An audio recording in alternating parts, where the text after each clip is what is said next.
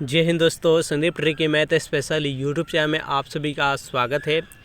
Bihar police constable नई भर्ती 2023 जिसमें टोटल पोस्ट है 21,391।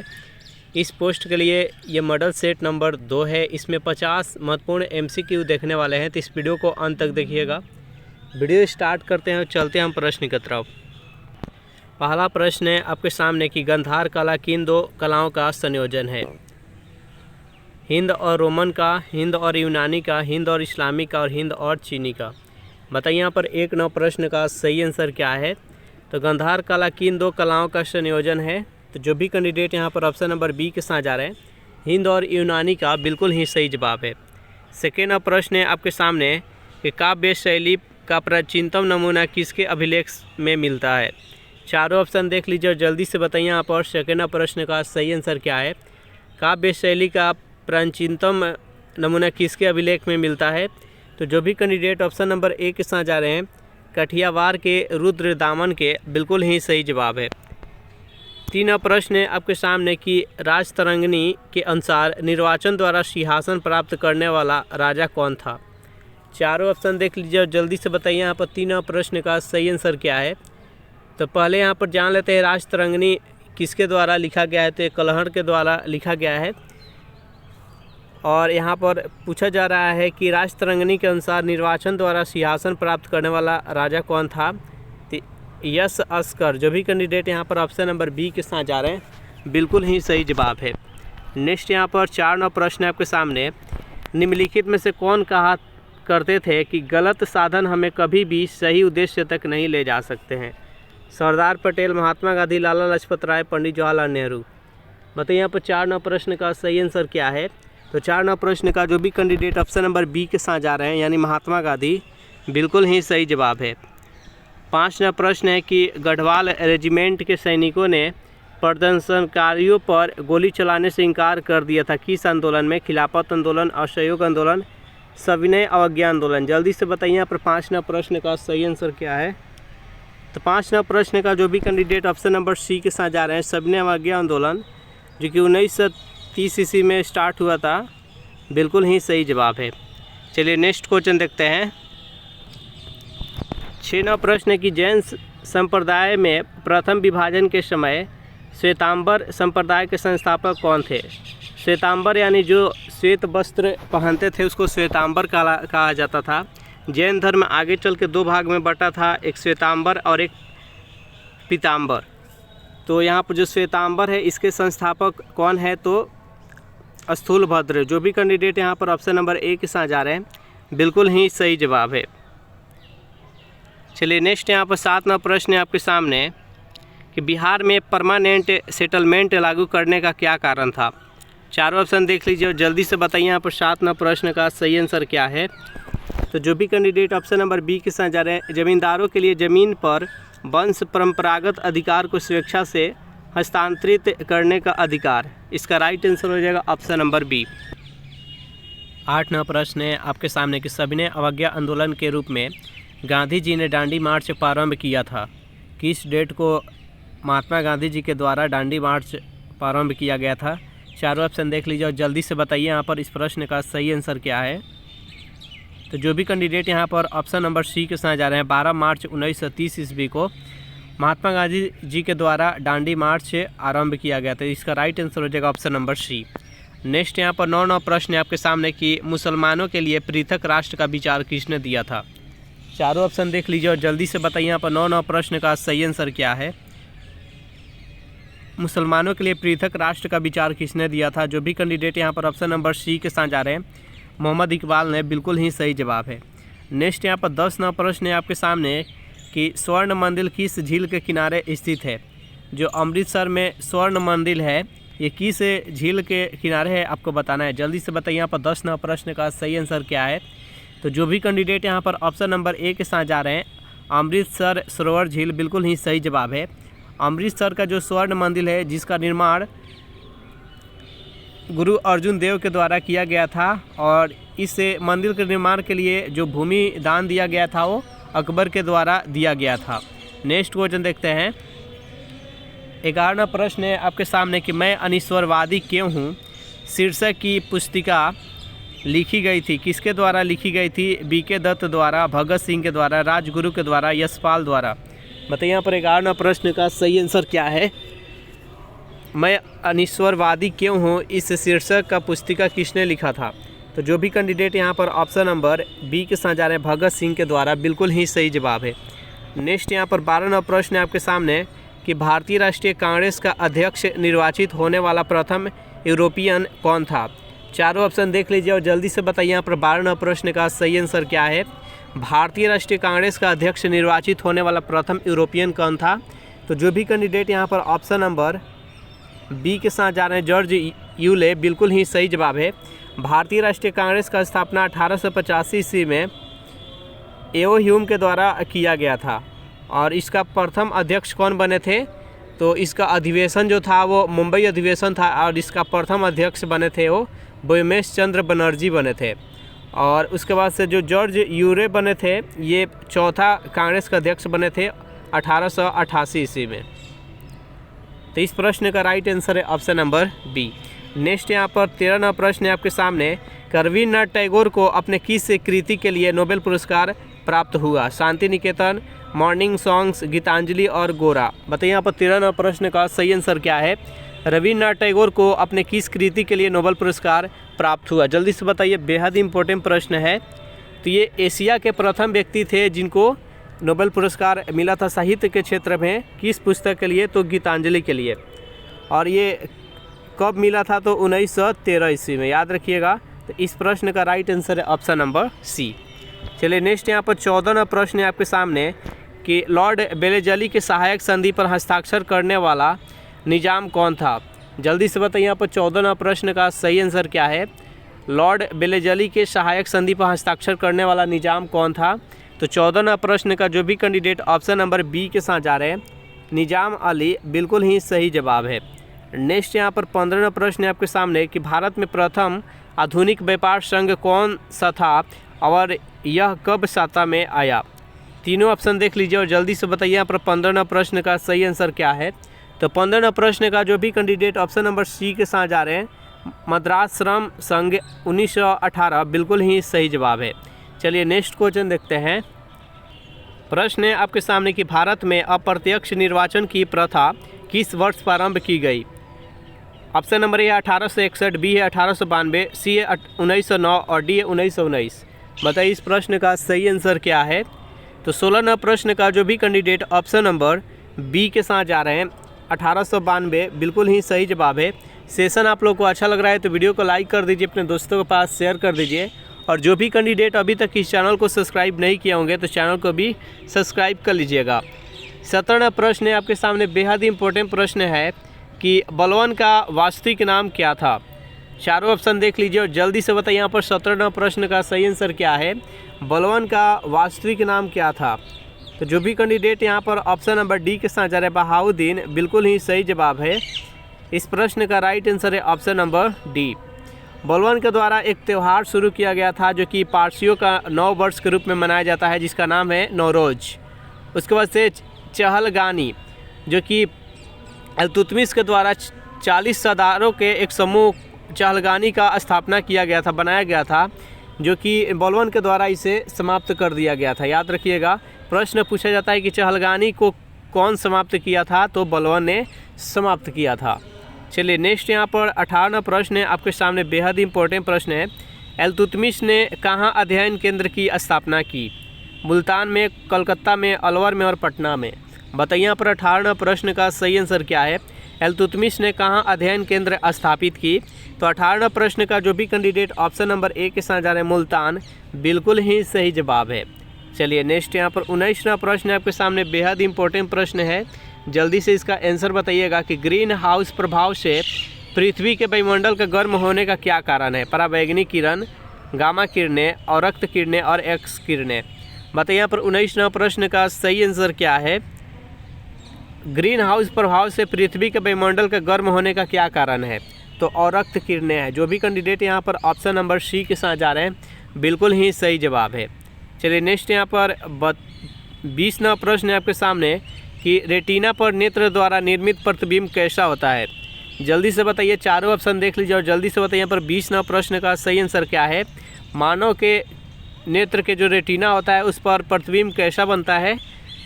तो 20 नंबर प्रश्न का जो भी कैंडिडेट यहाँ पर ए के साथ जा रहे वास्तविक, उल्टा और छोटा बनता है। इसका राइट आंसर है ऑप्शन नंबर ए।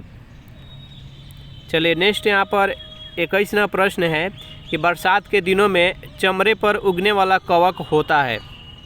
चारों ऑप्शन देख लीजिए और जल्दी से बताइए यहाँ पर 21वां प्रश्न का सही आंसर क्या है। तो जो भी कैंडिडेट यहाँ पर ऑप्शन नंबर सी के साथ जा रहे हैं पेनिसिलियम, बिल्कुल ही सही जवाब है। चलिए नेक्स्ट यहाँ पर 22वां प्रश्न है आपके सामने कि वायुमंडल की सापेक्ष आर्द्रता मापी जाती है। हाइग्रोमीटर के द्वारा, लेक्टोमीटर के द्वारा, पोटेंशियोमीटर के द्वारा। बताइए यहाँ पर 22वां प्रश्न का सही आंसर क्या है। वायुमंडल की सापेक्ष आर्द्रता मापने के लिए किस यंत्र का प्रयोग किया जाता है। तो 22वां प्रश्न का जो भी कैंडिडेट ऑप्शन नंबर बी के साथ जा रहे हैं हाइग्रोमीटर के द्वारा, बिल्कुल ही सही जवाब है। चलिए नेक्स्ट यहाँ पर 23वां प्रश्न है आपके सामने कि जब रात में प्रकाश संश्लेषण बंद हो जाता है तब पौधे कार्बन डाइऑक्साइड ग्रहण करते हैं, ऑक्सीजन ग्रहण करते हैं, कार्बन डाइऑक्साइड छोड़ते हैं और ऑक्सीजन छोड़ते हैं। बताइए यहाँ पर 23वां प्रश्न का सही आंसर क्या है। बेहद इंपॉर्टेंट प्रश्न है। तो जब रात में प्रकाश संश्लेषण बंद हो जाता है तो उस समय पौधे हैं कार्बन डाइऑक्साइड छोड़ने लगते हैं। दिन में कार्बन डाइऑक्साइड ना जो छोड़कर ऑक्सीजन छोड़ते हैं पेड़ पौधा, लेकिन रात के समय प्रकाश संश्लेषण की क्रिया बंद हो जाता है क्योंकि सूर्य का प्रकाश इसे नहीं मिल पाता है और वो कार्बन डाइऑक्साइड छोड़ने लगता है। इसलिए कहा जाता है कि रात के समय पेड़ पौधे के नीचे नहीं सोना चाहिए। नेक्स्ट यहाँ पर 24वां प्रश्न है आपके सामने। एथिल अल्कोहल में किसे मिलाकर पीने के योग्य बनाया जाता है। चारों ऑप्शन देख लीजिए और जल्दी से बताइए यहाँ पर 24वां प्रश्न का सही आंसर क्या है। एथिल अल्कोहल में किसे मिलाकर पीने योग्य बनाया जाता है उसे। तो 24वां प्रश्न का जो भी कैंडिडेट बी के साथ जा रहे हैं मेथनॉल एवं पिरिडीन, बिल्कुल ही सही जवाब है। नेक्स्ट यहाँ पर 25वां प्रश्न बेहद इंपॉर्टेंट प्रश्न है कि लिफ्ट में मनुष्य का प्रत्यक्ष वजन वास्तविक वजन से कम कब हो जाता है। जब लिफ्ट तेज़ी से ऊपर जाती हो, जब लिफ्ट समान गति से नीचे आ रही हो, जब लिफ्ट समान गति से ऊपर जा रही हो, जब लिफ्ट तेज़ी से नीचे आ रही हो। बताइए यहाँ पर 25वां प्रश्न का सही आंसर क्या है। तो लिफ्ट में जब मनुष्य रहता है तो प्रत्यक्ष जो वजन रहता है उस वास्तविक वजन से कम कब हो जाता है। जब लिफ्ट तेज़ी से नीचे जा रही हो। तो इसका राइट आंसर हो जाएगा ऑप्शन नंबर डी। नेक्स्ट यहाँ पर 26वां प्रश्न है कि हाइड्रोपोनिक्स क्या है। ये दोनों ऑप्शन देख लीजिए और जल्दी से बताइए यहाँ पर 26वां प्रश्न का सही आंसर क्या है। हाइड्रोपोनिक्स क्या है। तो जो भी कैंडिडेट यहाँ पर ऑप्शन नंबर ए के साथ जा रहे हैं मृद विहीन पादप संवर्धन, बिल्कुल ही सही जवाब है। चलिए नेक्स्ट क्वेश्चन देखते हैं। 27वां प्रश्न है आपके सामने बेहद इंपॉर्टेंट प्रश्न है कि अधिकांश कीट श्वसन कैसे करते हैं। चारों ऑप्शन देख लीजिए और बताइए इस प्रश्न का सही आंसर क्या है। अधिकांश जो कीट होते हैं वो अपना श्वसन क्रिया किसके द्वारा करते हैं। तो इसको ट्रेकिया भी कहा जाता है और ऐसे वातक तंत्र कहा जाता है। तो इस प्रश्न का राइट आंसर है ऑप्शन नंबर डी। चलिए नेक्स्ट यहाँ पर 28वां प्रश्न है आपके सामने। परमाणु जिसमें प्रोटॉनों की संख्या समान परंतु न्यूट्रॉनों की संख्या भिन्न भिन्न हो क्या कहलाता है। जल्दी से बताइए यहाँ पर 28वां प्रश्न का सही आंसर क्या है। तो यहाँ पर पूछा जा रहा है कि एक परमाणु है जिसमें प्रोटॉनों की संख्या समान है। प्रोटॉनों की संख्या समान यानी परमाणु संख्या समान है और न्यूट्रॉनों की संख्या भिन्न यानी उसके परमाणु द्रव्यमान अलग अलग है। तो उसको समस्थानिक कहा जाता है, इंग्लिश में आइसोटोप्स कहा जाता है। तो इसका राइट आंसर हो जाएगा ऑप्शन नंबर डी। चलिए नेक्स्ट यहाँ पर 29वां प्रश्न है आपके सामने कि गाय का दूध पीले सफ़ेद रंग का होता है जिसका कारण उसमें निम्न में से किसकी उपस्थिति होती है। चारों ऑप्शन देख लीजिए और जल्दी से बताइए यहाँ पर 29वां प्रश्न का सही आंसर क्या है। गाय का जो दूध होता है वो पीले सफ़ेद रंग का होता है जिसका कारण क्या है, उसमें किसका उपस्थिति के कारण ऐसा होता है।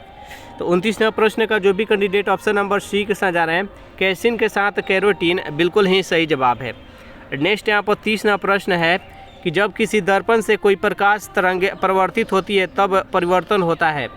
उसका क्या परिवर्तन हो जाता है, उसके आवृत्ति में परिवर्तन आ जाता है, उसके आयाम में, उसके तरंग दैर्ध्य में, उसके वेग में।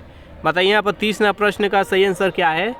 तो जब किसी दर्पण से कोई प्रकाश तरंग परिवर्तित होता है तो उसके केवल आयाम में परिवर्तन होता है। तो इसका राइट आंसर है ऑप्शन नंबर बी। नेक्स्ट यहाँ पर 31वां प्रश्न है आपके सामने कि मनुष्य की आँख की कॉर्निया में विकसित होने वाली पारदर्शी झिल्ली को क्या कहा जाता है। मोतिया बिंद कहा जाता है, मायोपिया कहा जाता है, दीर्घ दृष्टि दोष कहा जाता है। बताइए यहाँ पर 31वां प्रश्न का सही आंसर क्या है। तो उसको मोतिया बिंद कहा जाता है। जो भी कैंडिडेट यहाँ पर ऑप्शन नंबर ए के साथ जा रहे हैं बिल्कुल ही सही जवाब है। चलिए नेक्स्ट क्वेश्चन देखते हैं। 32वां प्रश्न है आपके सामने कि तीसरे और चौथे समूह के ऑक्साइड का सामान्य गुणधर्म क्या है। चारों ऑप्शन देख लीजिए, जल्दी से बताइए यहाँ पर 32वां प्रश्न का सही आंसर क्या है। तीसरे और चौथे समूह के ऑक्साइड का सामान्य गुणधर्म क्या होता है। तो 32वां प्रश्न का जो भी कैंडिडेट ऑप्शन नंबर ए के साथ जा रहे हैं बेसिक और एसिडिक होते हैं। इसका राइट आंसर है ऑप्शन नंबर ए। चलिए नेक्स्ट यहाँ पर 33वां प्रश्न है कि निम्नलिखित तत्वों में से कौन सर्वाधिक यौगिक निर्माण करता है। बेहद इंपॉर्टेंट प्रश्न है, जल्दी से बताइए यहाँ पर 33वां प्रश्न का सही आंसर क्या है। निम्नलिखित तत्वों में से सर्वाधिक यौगिक निर्माण कौन सा तत्व करता है। Hydrogen, carbon, nitrogen, oxygen. तो 33वां प्रश्न का जो भी कैंडिडेट ऑप्शन नंबर बी के साथ जा रहे हैं कार्बन, बिल्कुल ही सही जवाब है। सबसे अधिक कार्बन है जो कि यौगिकों का निर्माण करता है। 34वां प्रश्न है कि संपर्क विधि किसके निर्माण में प्रयोग किया जाता है। जल्दी से बताइए यहाँ पर 34वां प्रश्न का सही आंसर क्या है। संपर्क विधि यानी कॉन्टैक्ट मेथड किसके निर्माण में प्रयोग किया जाता है। तो 34वां प्रश्न का जो भी कैंडिडेट यहाँ पर ऑप्शन नंबर डी के साथ जा रहे हैं H2SO4 यानी सल्फ्यूरिक अम्ल, बिल्कुल ही सही जवाब है। इसमें जितने भी प्रश्न कराया जा रहा है सभी के सभी 10th लेवल का प्रश्न है और इस टाइप का ही प्रश्न आपके एग्जाम में भी आएगा। तो एक भी प्रश्न मिस नहीं कीजिएगा। और अभी तक जो भी कैंडिडेट नहीं इस चैनल को सब्सक्राइब किए होंगे तो चैनल को भी सब्सक्राइब कर लीजिएगा, जिससे कि रेगुलर आपके पास वीडियो जाए और अपना एक सीट कंफर्म कर पाए। नेक्स्ट यहाँ पर 35वां प्रश्न है, निम्न में से कौन सा पदार्थ साबुन बनाने में प्रयोग होता है। वनस्पति तेल, मोबिल तेल, किरासन और कटिंग तेल। बताइए यहाँ पर 35वां प्रश्न का सही आंसर क्या है। निम्न में से किस पदार्थ का प्रयोग हम साबुन बनाने में करते हैं। तो वनस्पति तेल का प्रयोग करते हैं। याद रखिएगा, जो भी कैंडिडेट यहाँ पर ऑप्शन नंबर ए के साथ जा रहे हैं बिल्कुल ही सही जवाब है। अगर इस सेशन का आपको PDF चाहिए तो उसके लिए टेलीग्राम ग्रुप बना दिए हैं, जिसका लिंक इसी वीडियो का नीचे डिस्क्रिप्शन में मिल जाएगा। वहाँ से ज्वाइन करके इसका PDF डाउनलोड कर सकते हैं। बहुत ही इंपॉर्टेंट प्रश्न है और आपको रेगुलर इसका प्रैक्टिस करना चाहिए। उसके लिए हम PDF पर प्रोवाइड कर देते हैं टेलीग्राम चैनल पर। नेक्स्ट यहाँ पर 36वां प्रश्न है कि कुनैन सिनोकोना पादप के किस भाग में प्राकृतिक रूप से पाई जाती है। जड़ में, फल में, बीज में और छाल में। बताइए यहाँ पर 36वां प्रश्न का सही आंसर क्या है। तो छाल में पाई जाती है। जो भी कैंडिडेट यहाँ पर ऑप्शन नंबर डी के साथ जा रहे हैं बिल्कुल ही सही जवाब है। चलिए नेक्स्ट क्वेश्चन देखते हैं। 37वां प्रश्न है आपके सामने कि भारतीय उपमहाद्वीप का उत्तर पश्चिम प्रदेश भूकंप ग्रहणशील है, जिसका कारण क्या है। चारों ऑप्शन देख लीजिए और जल्दी से बताइए यहाँ पर 37वां प्रश्न का सही आंसर क्या है। जो भारतीय उप महाद्वीप उत्तर पश्चिम प्रदेश है वो भूकंप ग्रहणशील है, सबसे अधिक भूकंप आता है। इसका कारण क्या है। ज्वालामुखी क्रिया, प्लेट टेक्टोनिक की क्रिया, मूंगा बनने की क्रिया, उपयुक्त सभी। तो 37वां प्रश्न का जो भी कैंडिडेट ऑप्शन नंबर बी के साथ जा रहे हैं प्लेट टेक्टोनिक की क्रिया, बिल्कुल ही सही जवाब है। चलिए नेक्स्ट यहाँ पर 38वां प्रश्न है आपके सामने कि निम्न में से कौन सा क्रम 3 बड़े गेहूं उत्पादक राज्यों की दृष्टि से सही है। यानी यहाँ पर 3 सबसे बड़े गेहूं उत्पादक राज्यों का नाम बताना है। सबसे बड़ा, उसके बाद मतलब इसको अवरोही क्रम में सजाना है, यानी सबसे बड़ा, उससे छोटा, उसके बाद उससे छोटा। जल्दी से बताइए यहाँ पर 38वां प्रश्न का सही आंसर क्या है। तो सबसे अधिक उत्पादन करता है उत्तर प्रदेश, उसके बाद पंजाब और तीसरे नंबर पर हरियाणा। तो इसका राइट आंसर है ऑप्शन नंबर सी।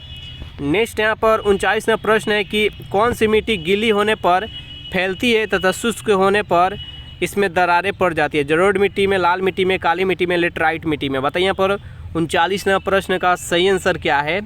कौन सी मिट्टी है जो कि गीली जितने होती है वो तो फैलने लगती है और जैसे ही ये सूखती है, शुष्क होती है तो इसमें दरारें पड़ जाती है। तो काली मिट्टी है। जो भी कैंडिडेट यहाँ ऑप्शन नंबर सी के साथ जा रहे हैं बिल्कुल ही सही जवाब। ये मिट्टी किस फसल के लिए उपयुक्त है। तो ये कपास की खेती के लिए सबसे अधिक उपयुक्त है। चलिए नेक्स्ट यहाँ पर 40वां प्रश्न है कि भारत में शरदकालीन वर्षा के क्षेत्र क्या है। कौन कौन से राज्यों में शरदकालीन वर्षा होता है, जल्दी से बताइए। यहाँ पर 40वां प्रश्न का सही आंसर क्या है। तो 40वां प्रश्न का जो भी कैंडिडेट ऑप्शन नंबर बी के साथ जा रहे हैं, यानी पंजाब और तमिलनाडु 2 राज्य है जिसमें शरद ऋतु में वर्षा होता है, तो इसका राइट आंसर है ऑप्शन नंबर बी। चलिए नेक्स्ट क्वेश्चन देखते हैं। 41वां प्रश्न है आपके सामने कि किस क्षेत्र में चाय तथा कॉफ़ी दोनों उगाए जाते हैं। उत्तरी पश्चिमी भारत में, उत्तरी पूर्वी भारत में, मध्य भारत में और दक्षिणी भारत में। बताइए यहाँ पर 41वां प्रश्न का सही आंसर क्या है। किस क्षेत्र में चाय तथा कॉफ़ी दोनों उगाए जाते हैं। तो 41वां प्रश्न का जो भी कैंडिडेट यहाँ पर ऑप्शन नंबर डी के साथ जा रहे हैं, दक्षिणी भारत, बिल्कुल ही सही जवाब है। कर्नाटक इसके लिए प्रचलित है।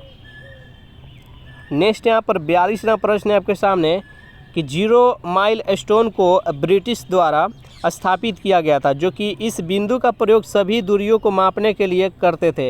यह कहाँ है। मुंबई में है, कोलकाता में है, नागपुर में है और नई दिल्ली में है। जल्दी से बताइए इस प्रश्न का सही आंसर क्या है। तो 42वां प्रश्न का जो भी कैंडिडेट ऑप्शन नंबर सी के साथ जा रहे हैं, नागपुर, बिल्कुल ही सही जवाब है। सेशन आप लोग को अच्छा लग रहा है तो वीडियो को लाइक कर दीजिए, अपने दोस्तों के पास शेयर कर दीजिए, और जो भी कैंडिडेट अभी तक इस चैनल को सब्सक्राइब नहीं किया होंगे तो जल्दी से इस चैनल को भी सब्सक्राइब कर लीजिएगा। 43वां प्रश्न है कि हिमालय पर्वत श्रेणी की सर्वाधिक ऊंचाई पर स्थित दर्रा कौन सा है। रोहतांग दर्रा, बुर्ज दर्रा, काराकोरम और जोजिला। जल्दी से बताइए यहाँ पर 43वां प्रश्न का सही आंसर क्या है। सबसे ऊंचाई पर स्थित इनमें से कौन सा दर्रा है। तो काराकोरम है। जो भी कैंडिडेट यहाँ पर ऑप्शन नंबर सी के साथ जा रहे हैं, बिल्कुल ही सही जवाब है। चलिए नेक्स्ट यहाँ पर 44वां प्रश्न है कि सलाल जल विद्युत परियोजना, बेहद इंपॉर्टेंट प्रश्न है, ये बार बार एग्जाम में पूछा जाता है कि सलाल जल विद्युत परियोजना किस नदी पर स्थित है। झेलम नदी, चिनाब नदी, रावी नदी और डी इनमें से कोई नहीं। जल्दी से बताइए इस प्रश्न का सही आंसर क्या है। तो 44वां प्रश्न का जो भी कैंडिडेट ऑप्शन नंबर बी के साथ जा रहे हैं, चिनाब नदी, बिल्कुल ही सही जवाब है। चलिए नेक्स्ट यहाँ पर 45वां प्रश्न है आपके सामने, बेहद इंपॉर्टेंट प्रश्न है कि भारत में किस राज्य में मानसून का आगमन सबसे पहले होता है। जल्दी से बताइए यहाँ पर 45वां प्रश्न का सही आंसर क्या है। जितने भी प्रश्न कराए जा रहे हैं सभी के सभी VVI है, प्रत्येक क्वेश्चन की आने की संभावना रहेगा एग्जाम में आपके, तो एक भी प्रश्न आप मिस नहीं कीजिएगा, अंत तक जुड़े रहिएगा।